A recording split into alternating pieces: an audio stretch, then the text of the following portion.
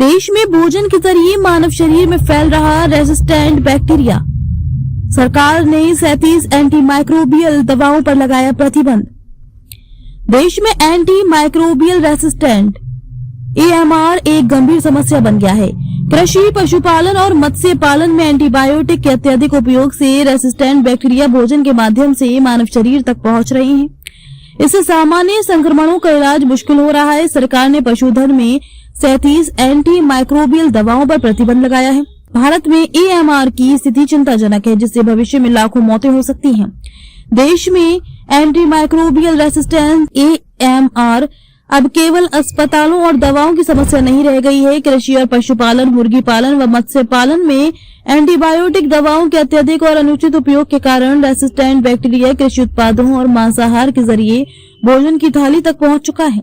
स्थिति की गंभीरता का अंदाजा इसी से लगाया जा सकता है कि दुनिया में बनने वाली हर 3 में से 2 एंटीबायोटिक दवाओं का इस्तेमाल इंसानों के इलाज के लिए नहीं, बल्कि दूध, मांस, अंडा और मछली का उत्पादन बढ़ाने में हो रहा है।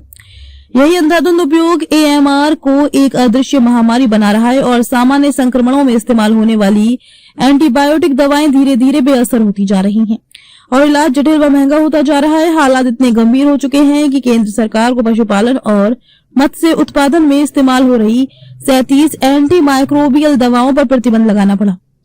इनमें 18 एंटीबायोटिक, 18 एंटीवायरल और 1 एंटी प्रोटोजोअन दवा शामिल है। भारतीय खाद्य सुरक्षा और मानक प्राधिकरण FSSAI ने भी दूध, मांस, अंडा, पोल्ट्री और मत्स्य उत्पादन में एंटीबायोटिक दवाओं के उपयोग पर सख्त रोक लगाई है। पर्यावरण से जुड़ा गंभीर खतरा, ये रेजिस्टेंट बैक्टीरिया केवल भोजन के जरिए ही नहीं, बल्कि पशुओं के सीधे संपर्क, उनके मलमूत्र से दूषित मिट्टी और जल स्रोतों के माध्यम से भी फैल रही हैं। यही वजह है कि AMR अब स्वास्थ्य संकट के साथ साथ जल, जंगल, जमीन और पर्यावरण से जुड़ा गंभीर खतरा बन चुका है। भारतीय कृषि अनुसंधान परिषद और Indian network for fisheries and animal anti microbial resistant से जुड़े वैज्ञानिकों का कहना है कि कमजोर जैव सुरक्षा, पशुओं की अनियमित चिकित्सकीय निगरानी और किसानों में जागरूकता की कमी इस संकट को और गहरा रही है।